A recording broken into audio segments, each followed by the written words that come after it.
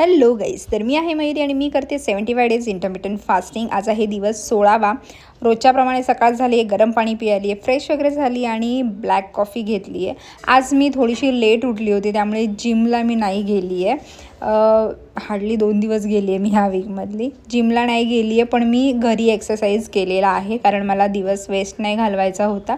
Late झाला आहे मला थोडंसं उठायला, म्हटलं घरीच करूया, पण आज करायचाच आहे। त्यामुळे मग एक 30-35 मिनिट्सचाच एक्सरसाइज केला आहे मी आज, पण मी केला आहे।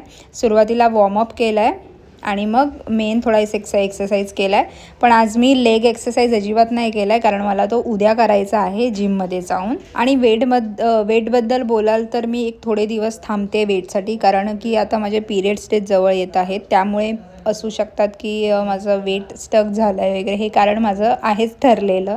त्यामुळे मी सध्या वेटकडे लक्ष देत नाही। 15 तारीख नंतर आपण बघूया काय ते करायचं वेटचं, पण तोपर्यंत प्रयत्न 100% मी देत आहे आणि कंटिन्यू करत आहे। एक्सरसाइज झाल्यानंतर मस्त फ्रेश झाली, अंघोळ वगैरे करून। भूक तर मला भरपूर लागते एक्सरसाइज झाल्यानंतर, पण फास्टिंगवर चालू असल्यामुळे मी फक्त पाणी पिऊन ती कंट्रोल करते।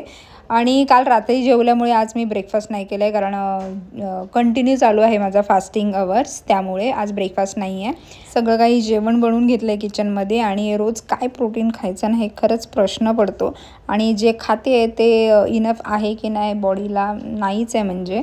पण आता व्हेज खात असल्यामुळे ऑप्शन नाही आहे, नाहीतर नॉनव्हेजला अंडी वगैरे आहे चांगला ऑप्शन। थोडंसं मला कुठेतरी डिमोटिवेट व्हायला होत आहे, माहीत नाही का। प्लीज तुम्हाला जमलं तर मला थोडंसं मोटिवेट करा। चॅलेंज तर मी सोडणार नाही आहे अजिबात, पण मला खरंच असं मोटिवेशनची गरज वाटते सध्या तरी। आणि हा आहे माझा लंच। एक ज्वारीची भाकरी घेतली आहे, काकडीचं कोशिंबीर घेतलं आहे आणि हिरव्या वाटाण्याची भाजी घेतली आहे।